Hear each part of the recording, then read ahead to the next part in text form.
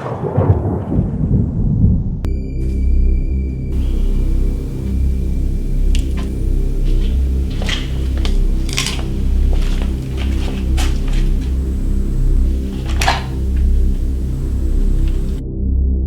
everybody, Aaron Cowan, Sage Dynamics. In this video, we're going to be taking a look at the Thyrm Switchback.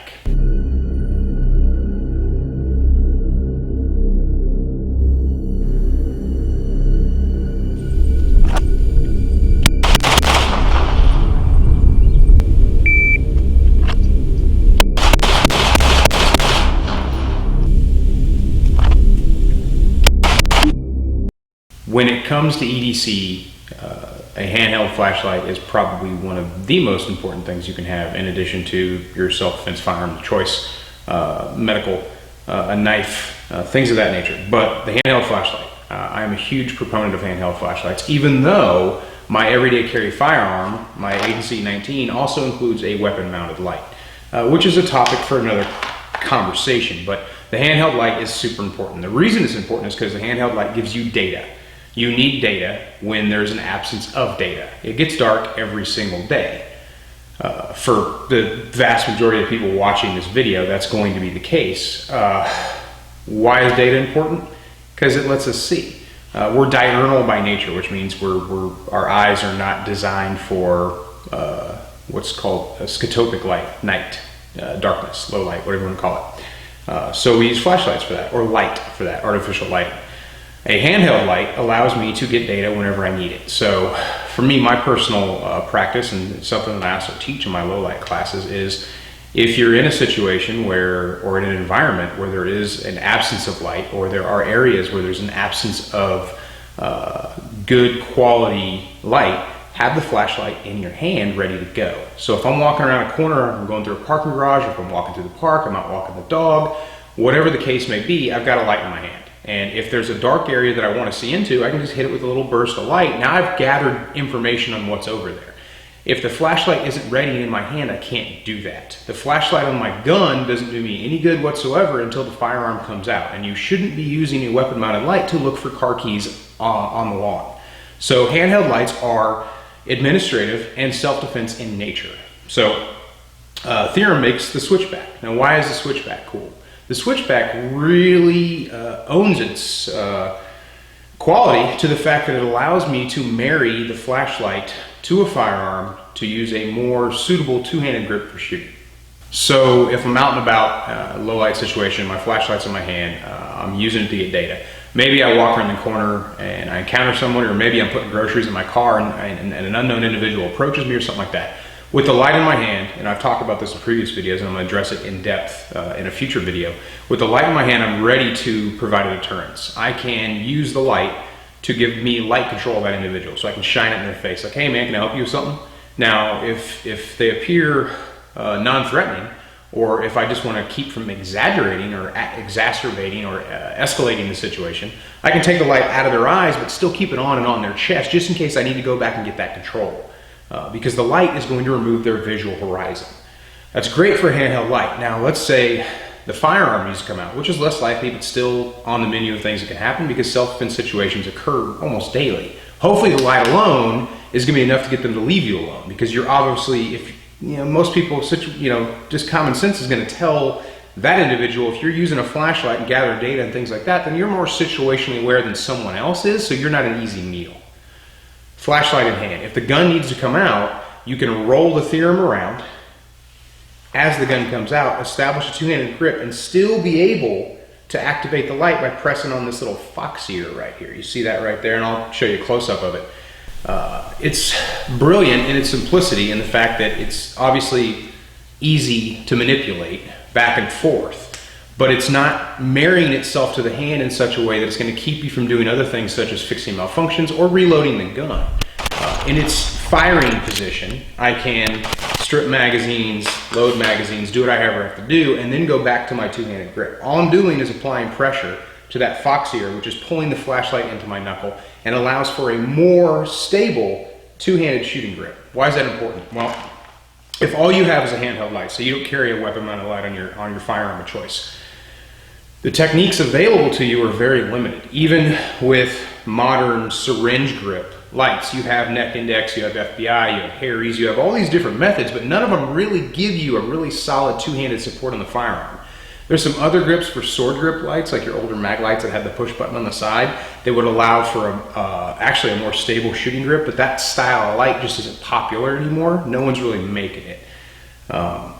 So the Switchback is going to give me something that I wouldn't otherwise have if all I had was a handheld light without this.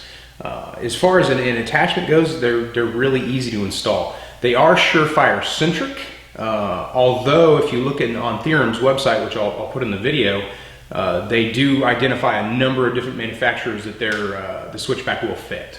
Now, of course, I'm going to address this because it comes up. I've had this question in classes. More often than not, I see it out of context or something that's contextually misunderstood when it comes to light.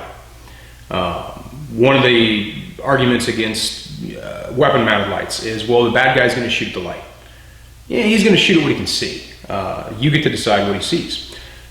Same thing with this. People say, well, I don't want to put my flashlight on my firearm. I want to keep it, I want to go with like an FBI or something like that. And that's fine.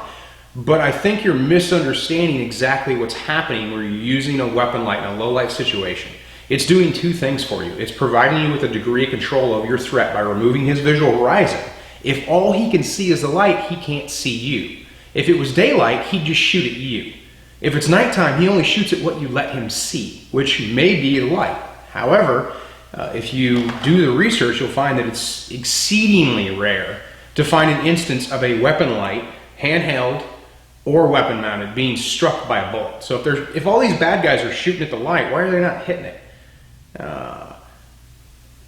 The light isn't a negative, it's a positive. It's always going to be a positive if your light is bright enough for the situation that you may find yourself in, which is why all the lumens is kind of a joke, but it's also the truth. You want as much light as you could possibly get because this is a substitute for the sun. During the day, I don't need this. I shoot at what I can see. Thank the Lord and heavens above that the sun provides warmth and data on the earth. So I don't need this. At night, I don't have the sun, so I need a flashlight. Flashlight replaces the sun, therefore the flashlight should be able to provide a significant amount of data based on its lumen intensity output. So yeah, the bad guys are going to shoot the light. I get that. During the day, they're just going to shoot at you. So which situation, given choice between the two, is more advantageous?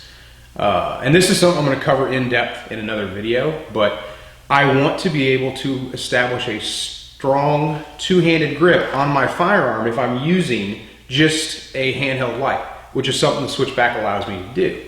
So now I'm able to, it's not quite perfect, but it's more stable than any other technique, minus some kind of addition to the flashlight that exists. Even Harry's, the old back of the wrist, puts a lot of asymmetrical pressure on the firearm, the grip, and it fatigues the shooter very, very quickly. Even guys who are in really good shape can fatigue very quickly doing a proper Harry's grip, and it kind of limits your ability to be mobile. Whereas the Switchback, your finger placement is slightly different, but it's not so significantly different that you're not going to be able to shoot accurately. Why is that important? Because most people just don't put in the practice when it comes to one-handed shooting. If you have to do an FBI, that's cool. How often do you practice shooting with one hand, let alone practice shooting with one hand where you're introducing asymmetrical stress into your body that's going to, in small varied degrees based on your own range of motion, physical condition, affect your ability to shoot fast and accurate.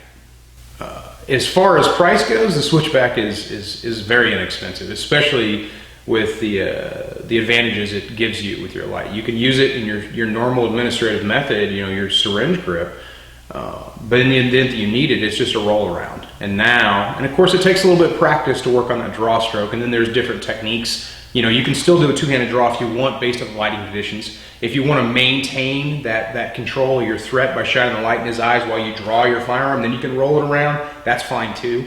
And again, there's all kinds of different practice techniques that you can work into. If you're not working on low light practice in the home, if you're not incorporating your flashlight skills into your dry fire, I'm just going to go ahead and say you're wrong. Yes, you're wrong, because it gets dark every single day, and outside of that, humankind has built monuments of civilization which create artificial low light environments during the day, such as parking garages inside of buildings, power outages, so on and so forth.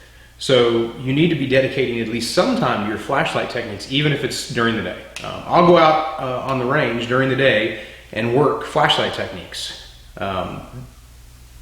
The techniques need to be unconsciously competent.